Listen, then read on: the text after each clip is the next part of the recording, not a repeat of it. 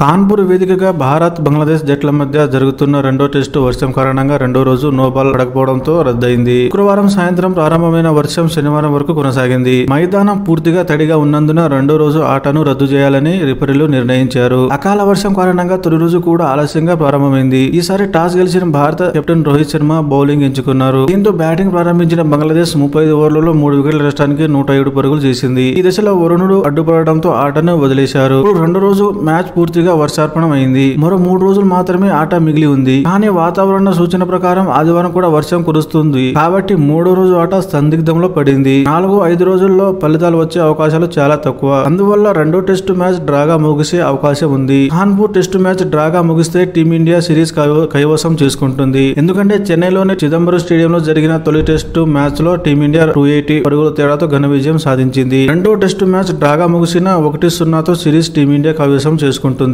బంగ్లాదేశ్ తో జరుగుతున్న రెండో టెస్టు డ్రాగా ముగిస్తే భారత్ కు WTC ఫైనల్ కు అర్హత సాధించే అవకాశాలు మరింత కష్టతరంగా మారుతాయి. ఈ WTCలో భారత్ జట్టు ఇప్పటి వరకు 10 గేమ్లు ఆడి 71.67 పాయింట్లతో ముందంజలో ఉంది. బంగ్లాదేశ్ తో జరిగే టెస్టు సిరీస్ ను భారత్ 2-0తో గెలిస్తే మిగిలిన 8 మ్యాచ్లలో 3 గెలిచిన WTC ఫైనల్ కు అర్హత సాధిస్తుంది. బంగ్లాదేశ్ తో జరిగే మ్యాచ్ డ్రాగా ముగిస్తే భారత్ తుది స్థానానికి చేరుకోవాలంటే మిగిలిన 8 మ్యాచ్ల్లో 5 గెలవాల్సి ఉంటుంది. WTCలో భాగంగా టీమిండియా స్వదేశంలో న్యూజిలాండ్ తో 3 టెస్టుల సిరీస్, ఆ తర్వాత ఆస్ట్రేలియా గడ్డపై బోర్డో గవాస్కర్ ట్రోఫీ 5 టెస్టులు ఆడనుంది. ఈ బలమైన జట్లపై సిరీస్ గెలవడం అంత సులభం కాదు. ఆస్ట్రేలియన్లు కూడా ప్రతీకారం తీర్చుకోవాలని చూస్తున్నారు. కాబట్టి క్రికెట్ అభిమానులు రాబోయే మ్యాచ్లను తేలిగ్గా తీసుకోవద్దని, భారత జట్టు గట్టిగా పోరాడి WTC ఫైనల్ కు చేరుతుందని ఆశిస్తున్నారు.